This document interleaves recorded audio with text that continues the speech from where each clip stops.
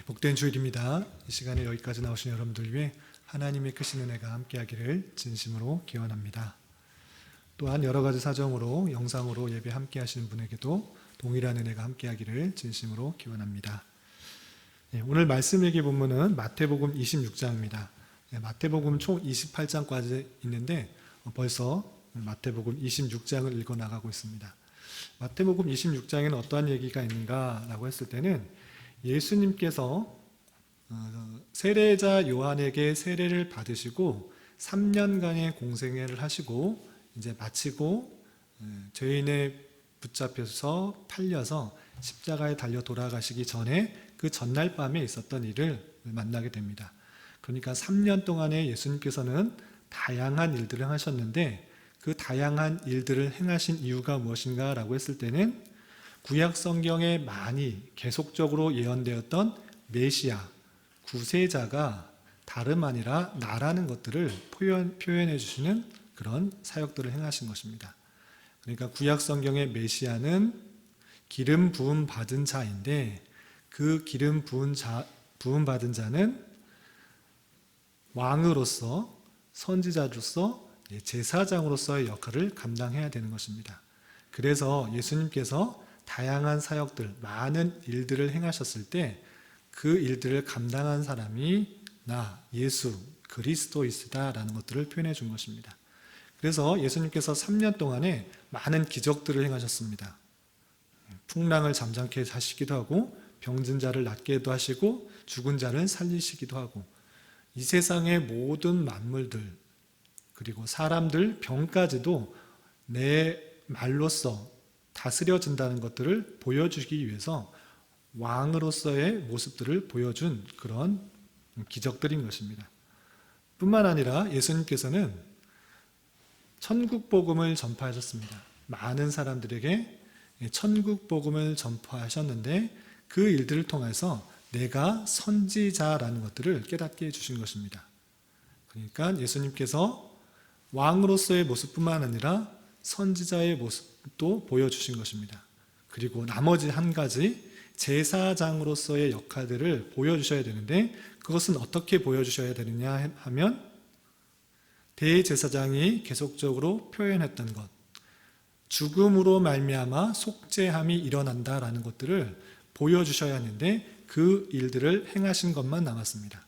이제 3년의 생애를 마무리하는 것, 왕으로서의 사역, 그리고 선지자로서의 사역은 잘 보여준 것입니다. 그리고 나머지 하나, 제사장으로서의 사역들을 보여주셔야 되는데 그것은 십자가에 달려 돌아가심으로 말미암아 죄된 인생이 죽어야 함에도 죄 없으신 한 분이 돌아가심으로 말미암아 그 모든 죄가 사해진다는 것들을 보여주시는 그 한 가지 일만 남았던 것입니다. 그렇기 때문에 예수님께서는 이 땅에 오셔서 3년간의 그 모든 생애를 마무리하는 데 있어서 가장 중요한 한 사역만을 남겨두고 있는 것입니다. 그런데 한 가지 이상한 것은 예수님께서 제자들에게도 말씀하셨고 여러 번 표현하였다시피 자신은 십자가에 달려 돌아가셔서 죽을 것이고 3일 만에 다시 살아날 것을 여러 번 구체적으로 제자들에게 설명하셨습니다.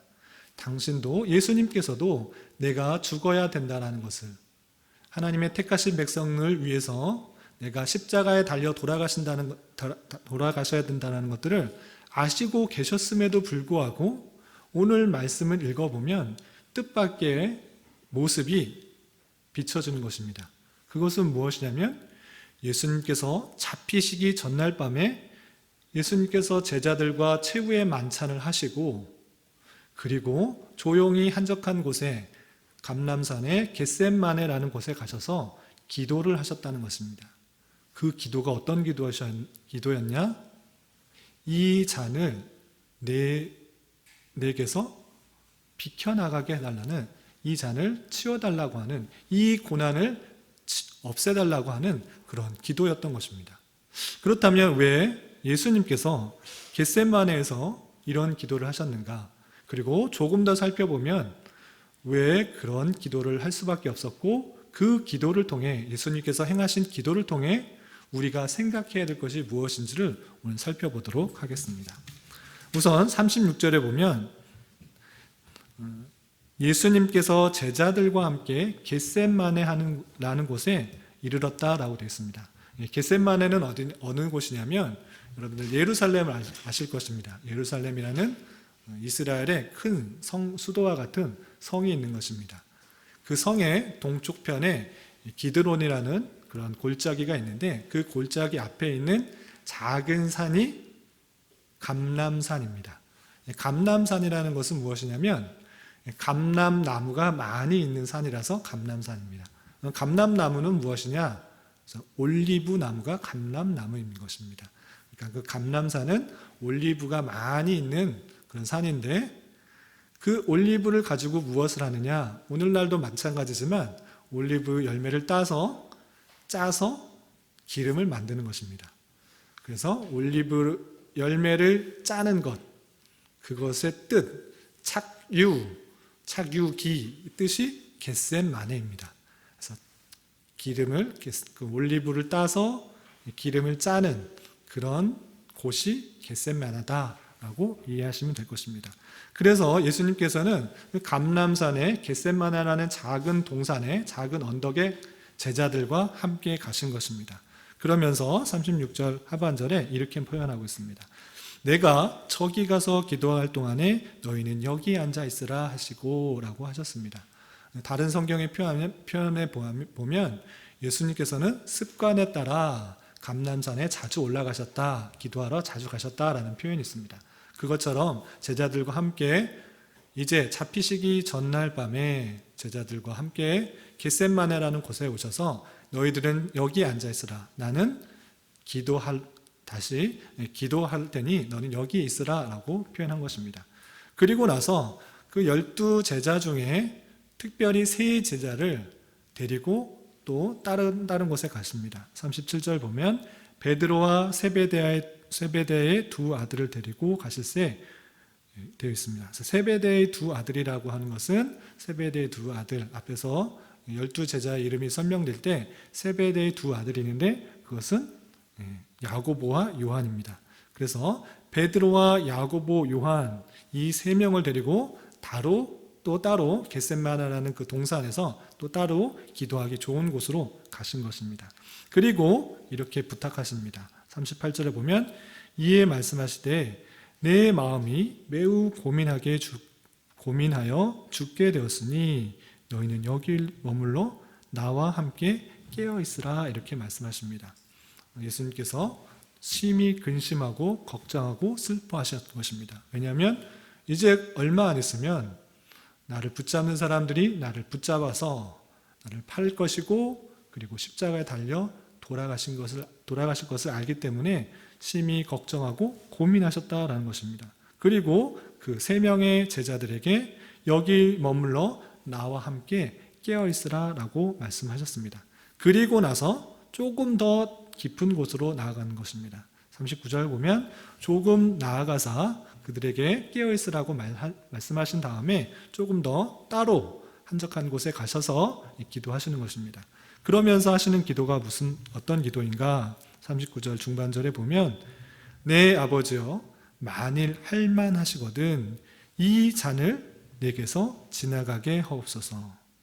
이 잔이라는 것은 실제 어떤 잔이 있었다라기보다는 고난의 잔, 고통의 잔, 예수님께서 많은 고통과 고난을 당하시고 수욕과 모욕을 당하시고 십자가에 달려 돌아가시는 그 고난의 잔을 말하는 것입니다. 고난을 감당하게 될 그 역할들을 지나가게 해 주십시오. 피하게 해 주십시오. 라고 기도를 한 것입니다. 그렇지만 나의 원대로 하지 마옵시고 아버지로 원대로 하옵소서라고 기도를 하신 것입니다.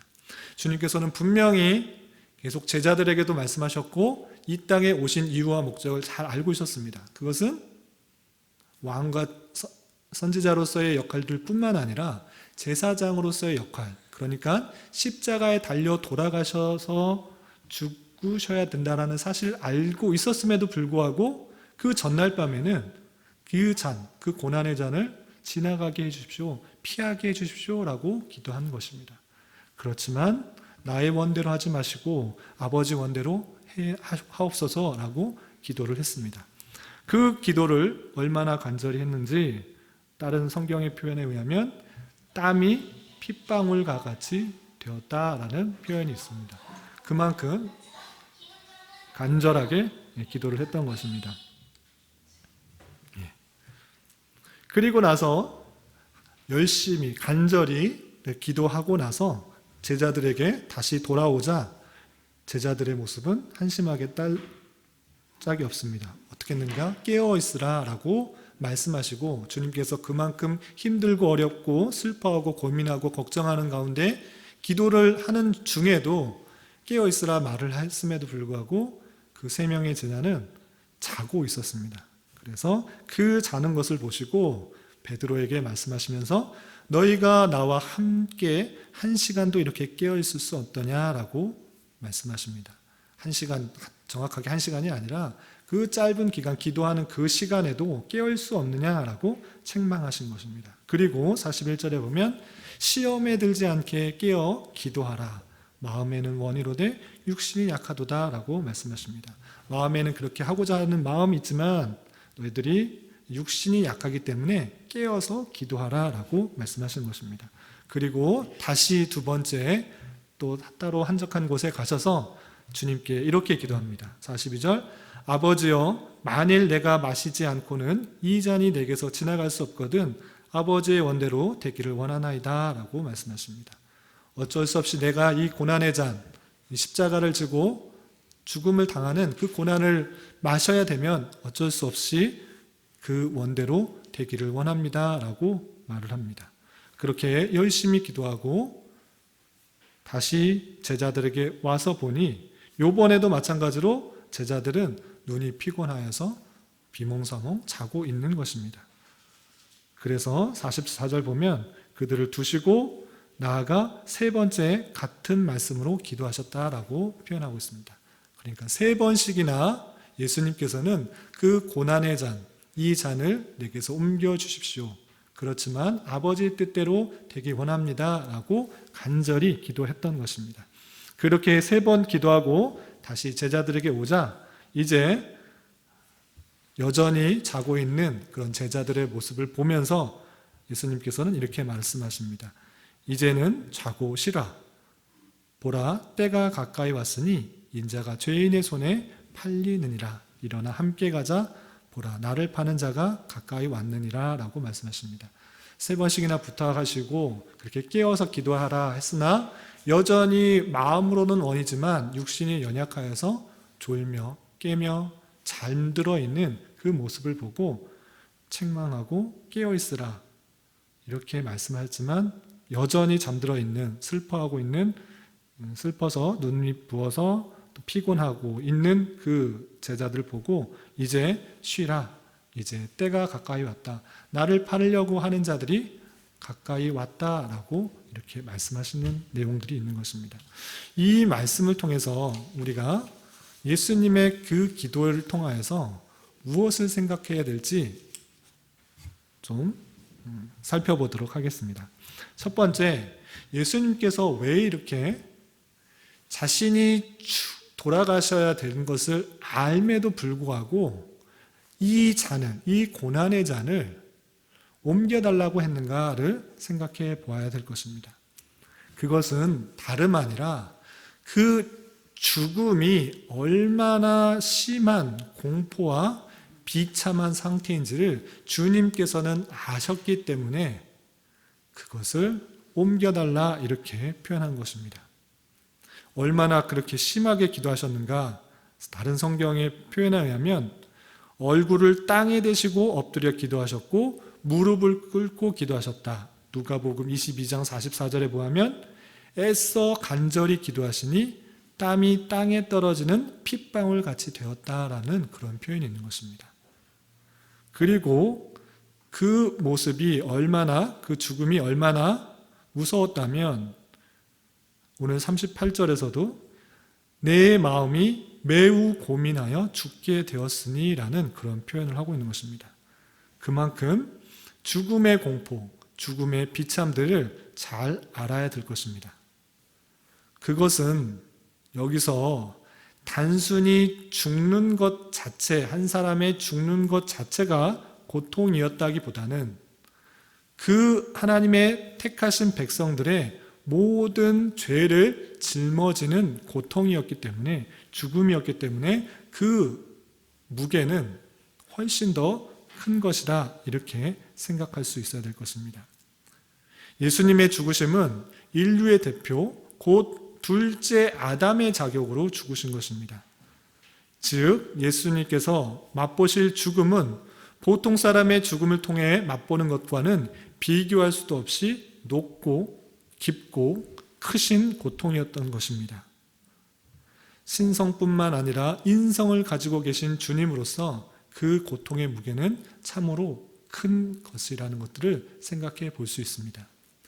예수님께서 신성만 가지고 계셨다라고 하면 그 두려움이나 공포가 없었을 수도 있습니다.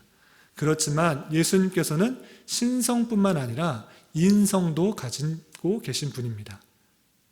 인성을 가졌다라는 것은 참으로 인간이셨다라는 것입니다. 예수님의 신비 중에는 참 신이자 참 인간이신 분이 예수 그리스도이신 것입니다. 참 신이자 참 인간이신 예수 그리스도께서 인성을 가지셨기 때문에 그 죽음의 고통과 비참의 상황들을 아시고 참으로 두려워하고 걱정하고 근심하며 고민하셨다라는 사실들을 알아야 될 것입니다. 우리는 부패하였기 때문에, 죄성이었기 때문에, 그리고 죽음이 참으로 어떠한 것인지를 잘 알지 못하기 때문에 죽음의 고통과 비참함에 대해서 잘 알지 못합니다. 그렇지만 우리는 늘 생각해야 될 것은 죄로 말미암아 죽게 되는 그 죽음은 우리가 생각하는 것보다 훨씬 더 큰 고통이요, 큰 아픔이라는 것들을 기억해 보아야 될 것입니다.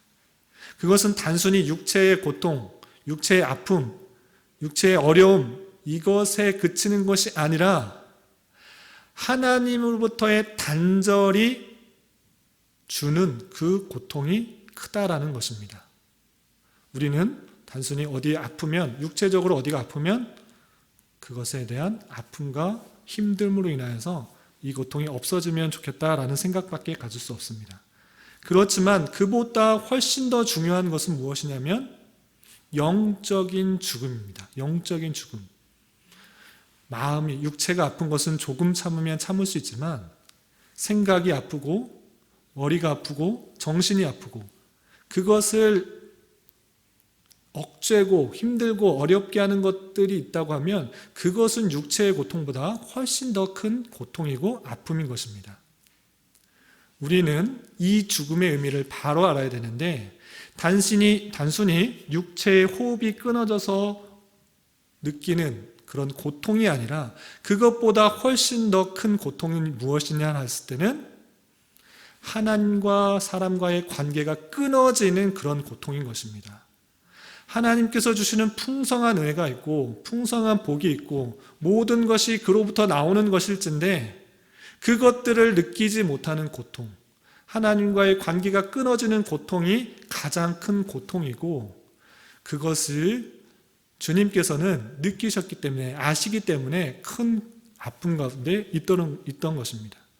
예수님께서 십자가에 달려 돌아가실 때도 이렇게 말씀하셨습니다. 어찌하여 나를 버리셨나이까? 물론 육체에 당하는 고통, 십자가에 달려 피 흘려 창을 찔리시고 십자가의 면류관을 통하여서 많은 고통을 받는 그 육체적인 고통도 있지만 그것보다 훨씬 더 큰 고통은 무엇인가? 훨씬 더 큰 아픔은 무엇인가? 훨씬 더 큰 비참은 무엇인가? 라고 했을 때는 하나님과의 관계가 끊어지는 그런 고통입니다. 그것이 영적인 죽음이요, 영적인 사망인 것입니다. 죄된 인생, 하나님을 알지 못하는 인생, 그 인생들은 하나님과 인생과 그 관계가 끊어졌기 때문에 영적인 죽음 가운데 있는 것이고 그로 말미암아 실제적으로 겪고 있는 그 죽음의 부패성들에 대해서, 죽음의 아픔들에 대해서 잘 알지 못합니다. 왜냐하면 부패했기 때문에 영원히 타락하고 부패하고 잘못된 지식 가운데 하나님과의 끊어진 관계를 제대로 인식하지 못하여서 그것을 잘 깨닫지 못합니다. 그렇지만 예수님께서는 아무 죄 없으신 분이셨기 때문에 그 고통에 대해서 너무나 잘 알고 계시고 그로 말미암아 앞으로 있게 될 하나님의 택하신 백성을 대신하여 십자가에 달려 돌아가시는 그 아픔들을 아셨고 또 그 관계가 끊어지는 죽음들을 아셨기 때문에 심히 근심하고 걱정하셨다는 것입니다. 인성을 가진 자로서 인성을 갖고 계신 그 주님으로서 그 고통의 무게는 참으로 견디가 쉽지 않았고 그것을 피해달라고 이렇게 표현했던 것입니다. 이 말씀을 통해서 우리가 생각해 보아야 될 것은 우리가 죄로 죽었던 그 모습이 그 상태가 얼마나 비참한 상태고 고통의 상태고 힘든 상태인지를 잘 생각해 봐야 됩니다. 예수님께서 그러실 정도라면 우리 또한 예수님의 십자가 보혈의 사건이 없었다면 그 비참한 상태, 그 고통의 상태, 그 아픔의 상태에 우리가 갈 수밖에 없었다는 사실들을 기억하면서 우리 대신, 우리의 비참한, 우리의 그 어려움 대신 예수님께서 십자가에 달려 돌아가심으로 말미암아 그 죄와 고통, 비참의 상태에서 건져주셨다는 사실들을 기뻐하며 감사할 수 있어야 될 것입니다.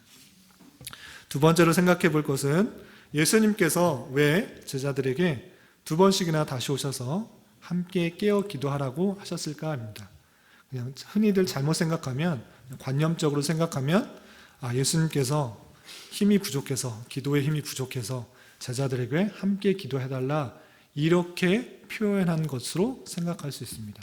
내 힘이 부족하니까, 내 열심이 부족하니까 제자들도 함께 와서 기도하라, 깨어서 기도하라 이런 것으로 잘못 생각할 수 있습니다.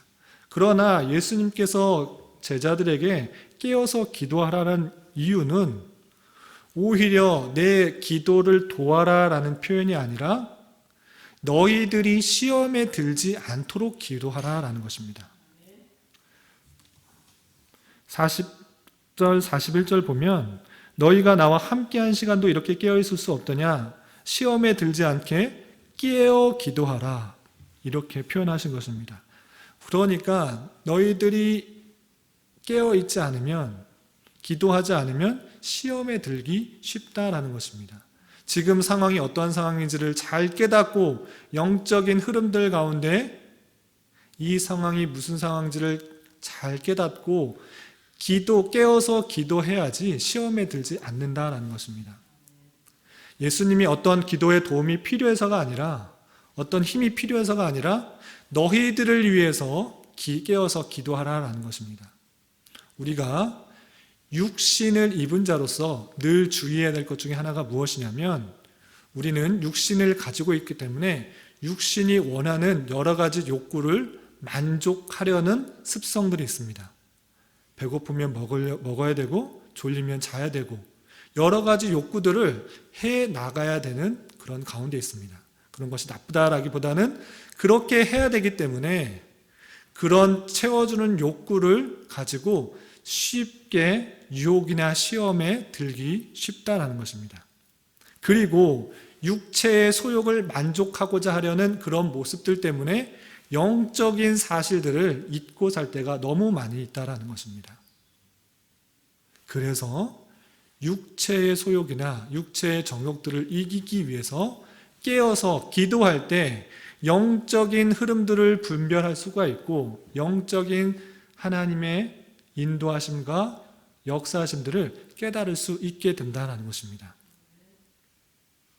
육에 속한 자, 육신의 원함대로 살아가는 자는 육체의 여러 가지 유혹들로 인하여서 하나님께서 원하시는 그런 길을 가지 못하고 하나님께서 지금 어떠한 길로 인도하시는지를 잘 깨닫지 못할 뿐만 아니라 육체의 소욕으로 시험하고 유혹하는 것에 쉽게 빠짐으로 죄 가운데 처할 수 있음을 잘 알고 제자들에게 원하는 것은 깨어서 이 영적인 사실들, 지금 영적인 흐름들을 잘 살펴보며 기도하며 하나님의 뜻이 이루어지기를 기도하고 내가 시험에 빠지지 않도록 기도해야 된다는 것입니다. 우리들은 올바른 행동을 하려고 해도 여전히 죄성이 가득한 연약한 육신의 몸으로서 지낼 수밖에 없습니다. 육신은 여전히 다양한 욕구를 충족시켜 주어야 하므로 여러 가지 제한적이고 연약할 수밖에 없는 것입니다. 그러한 연약함을 이길 수 있는 방법은 다름 아니라 기도하는 것입니다. 기도를 통해서 눈에 보이는 육적인 상황에만 갇혀있고 판단하고 이끌려 살아가는 것이 아니라 영적인 상황에 눈을 뜨고 오직 주님으로부터의 힘과 능력을 기대하며 살아갈 수 있다는 것들을 잘 깨달아야 될 것입니다. 예수님께서는 그 죽음을 앞두시고 그 심한 고통 가운데 기도하시면서까지 앞으로 당할 환난으로 인하여서 제자들이 시험을 당할까봐, 제자들이 실족할까봐 너희들이 깨어서 기도하고 이 영적인 상황들을 잘 판단하도록 그렇게 간구하였으나 여전히 마음은 원이지만 육신이 연약하여서 육신의 욕구들을 이기지 못하여서 잠들어 있는 제자들을 책망하며 더 깨어서 기도하고 또 시험에 들지 않도록 기도하라라는 것들을 말씀하고 있는 것입니다. 우리가 삶을 살아갈 때 물론 육체를 가지고 있는 인생으로서 육체의 여러 가지 소욕에 따라 그 필요를 감당하는 것은 어쩔 수 없는 일이지만 그런 것들 때문에 시험에 들지 않도록 늘 기도하는 삶을 살아야 되는 것입니다. 육에 속한 사람이 아니라 영에 속한 사람이 될 수 있도록 항상 깨어서 기도할 수 있는 자가 되어야 되는 것입니다. 눈을 감게 되면 육신의 일들은 보이지 않지만 영적인 눈이 깨이는 것을 기억하며 우리가 육에 속한 사람으로 살지 않고 영에 속한 사람으로서 늘 기도하며 하나님의 뜻을 좇아 시험에 들지 않도록 육체의 소욕을 따라 시험에 들지 않도록 늘 깨어서 살아갈 수 있는 저와 여러분이 되시기를 주님의 이름으로 부탁을 드리겠습니다. 그리고 마지막으로 한 가지 더 생각해야 될 것은 주님께서 그 극심한 고통과 아픔과 비참의 상황을 죽음을 아셨기 때문에 겟세마네라는 동산에서 기도하셨을지라도 그 기도의 핵심적인 내용을 보면 내 뜻이 이루어지기를 3번이나 간구한 것이 아니라 내 마음과 내 욕구는 이러하지만 그것이 하나님의 뜻이 아니라면 그 모든 인간적인 생각을 접고 하나님의 뜻이, 하나님의 바람이, 하나님의 계획이 이루어지기를 3번씩이나 기도하였다는 것들을 살펴볼 수 있습니다. 주님께서는 나의 원대로 마옵시고 아버지의 원대로 하옵소서라고 기도했던 것입니다. 내가 마시지 않고는 이 잔이 내게서 지나갈 수 없거든 아버지로 원대로 되기를 원합니다 라고 기도했던 것입니다. 그 고통과 그 비참과 그 어려움이 얼마나 큰지를 알았기 때문에 피하고는 싶었지만 그 의지보다는 신성의 의지가 더 강하여서 하나님의 뜻, 하나님의 계획, 하나님의 섭리가 이루어지기를 기도했다라는 것입니다. 이 기도가 기독교의 기도의 모습이 어떠해야 되는지를 잘 보여주는 것입니다. 그러니까 내가 열심히 기도해서 쉬지 않고 기도해서 밤낮 기도해서 1000일 동안 기도해서 내 뜻이 이루어지기를 바라는 것이 기독교가 아니라 내 기도를 열심히 함으로 하나님의 뜻을 발견하고 하나님의 뜻이 내 마음을 바꾸어서 하나님의 뜻이 온전히 이루어지길 나가는 것이 기독교의 바른 기도의 모습이다 할 수 있는 것입니다. 내가 아무리 똑똑해도 아무리 지혜로워도 아무리 선한 것 같이 보일지라도 하나님의 지혜로심과 하나님의 위대하심과 하나님의 놀라우심에 비할 바가 없기 때문에 하나님의 그 놀라우신 섭리와 계획과 또 인도하신 가운데는 우리에게 택하신 백성에게 가장 필요한 길을 주신다라는 생각을 가지고 내 잘못된 생각, 내 편협된 생각, 내 좁은 생각을 버리고 하나님의 뜻이 이루어지기를, 내게 가장 필요하고 선한 것이고 또 이루어져야 될 것들을 주신다는 생각 가운데 그 마음과 생각을 바꾸어서 주님의 뜻이 이루어지기를 바라는 것이 기독교이고 그것이 바른 기도라는 것입니다. 기도라는 것이 내 정성과 노력을 통해 하나님의 마음을 움직이는 것이 아니라 말씀을 통해 또한 기도를 통해 하나님의 뜻을 발견하고 자신의 마음을 하나님의 뜻으로 바꾸어 나가는 것이 참된 기도인 것입니다. 비록 내게 닥쳐지는 상황과 환경이 비록 너무 힘들고 감당하기 어려운 것일 수 있습니다. 그렇지만 하나님께서 그것을 주시는 이유가 하나님이 능력이 없으셔서 주시는 것이 아니라, 하나님이 힘이 없으셔서 그렇게 된 것이 아니라, 그것을 통하여서, 그 상황을 통하여서 오히려 하나님을 더욱 의지하게 하는 방편이고 하나님의 선하심과 역사하심들을 경험하게 하시는 방법일 수 있다라는 사실들을 가지고, 그런 생각을 갖고 더욱더 하나님을 의지하고 또 역사하심을 바랄 수 있는 그런 자세로 임해야 될 것입니다. 여러분들이 닥쳐 있는 또 만나고 있는 상황이 어떻습니까?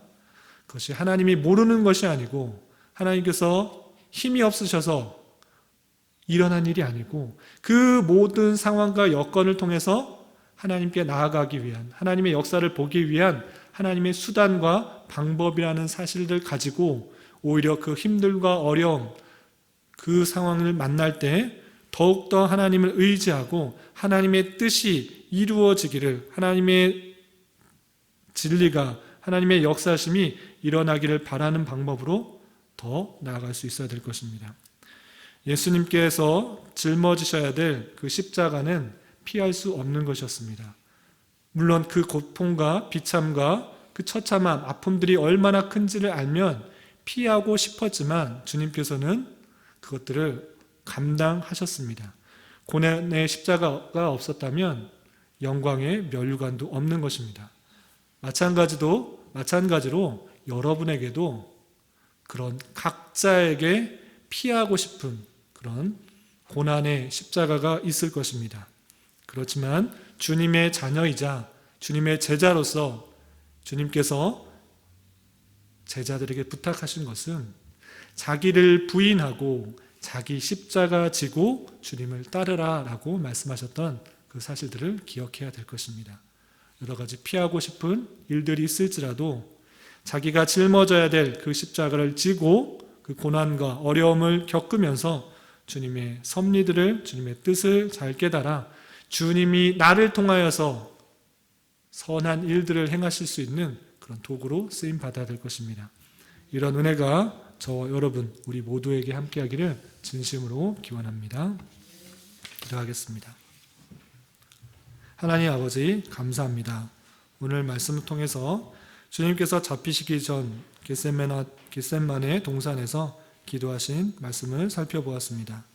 참 신이시자 참 인간이신 예수님께서 우리를 대신해서 죽임당하셨다는 사실들을 잊지 않게 하시고 날 대속해 주신 은혜를 참으로 감사할 수 있는 자 되게 하여 주시며, 날마다의 삶 속에서 우리의 연약함을 주님께 고백하며 자기 십자가를 지고 하나님의 뜻대로 살아가게 힘쓰는 자 되게 하여 주시옵소서. 예수님의 이름으로 기도드리옵나이다. 아멘.